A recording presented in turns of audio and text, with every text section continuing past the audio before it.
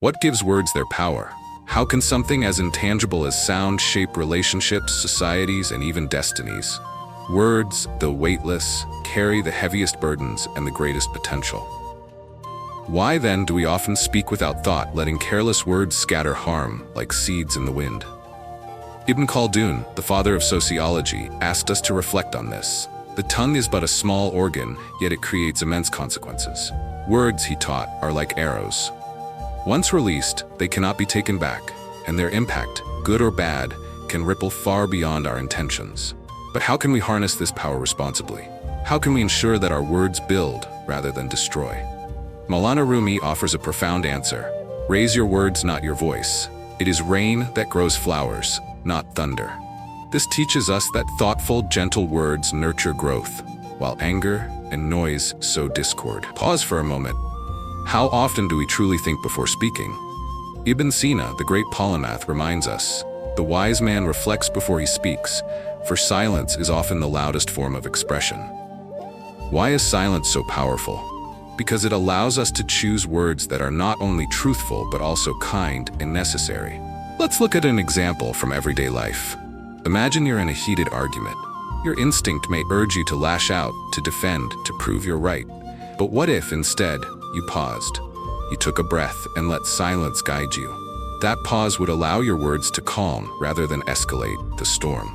And what about listening? Do we truly listen, or are we merely waiting for our turn to speak? Farabi, a brilliant philosopher, believed that listening is the foundation of communication.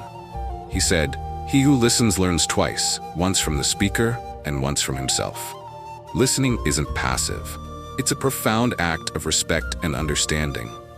Now think about this. What happens when we turn these principles inward? Khalil Gibran beautifully wrote, "Your words to yourself are the seeds of your future."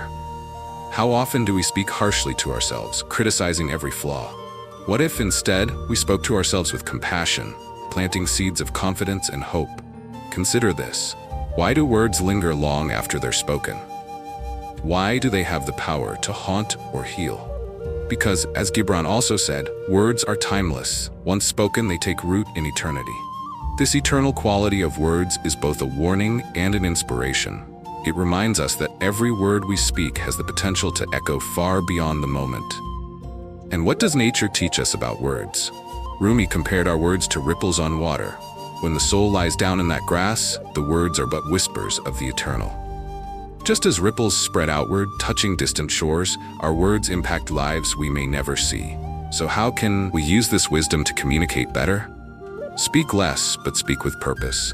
Listen more and listen deeply. Think before you speak. Is it true? Is it necessary? Is it kind? And remember, as Marcus Aurelius urged, waste no time arguing what a good man should be. Be one. Similarly, waste no words arguing for the sake of being heard. Let your speech reflect your character. Words have the power to shape not just others, but yourself. The Stoics and Eastern thinkers alike knew this truth. When you speak with intention, you create clarity. When you listen with empathy, you create connection. And when you choose silence over chaos, you create peace. As you reflect on this wisdom, ask yourself, what weight do my words carry? Are they lifting someone up or pulling them down? Are they planting seeds of hope or scattering discord? Let every word be deliberate, every silence meaningful, and every conversation a bridge to understanding.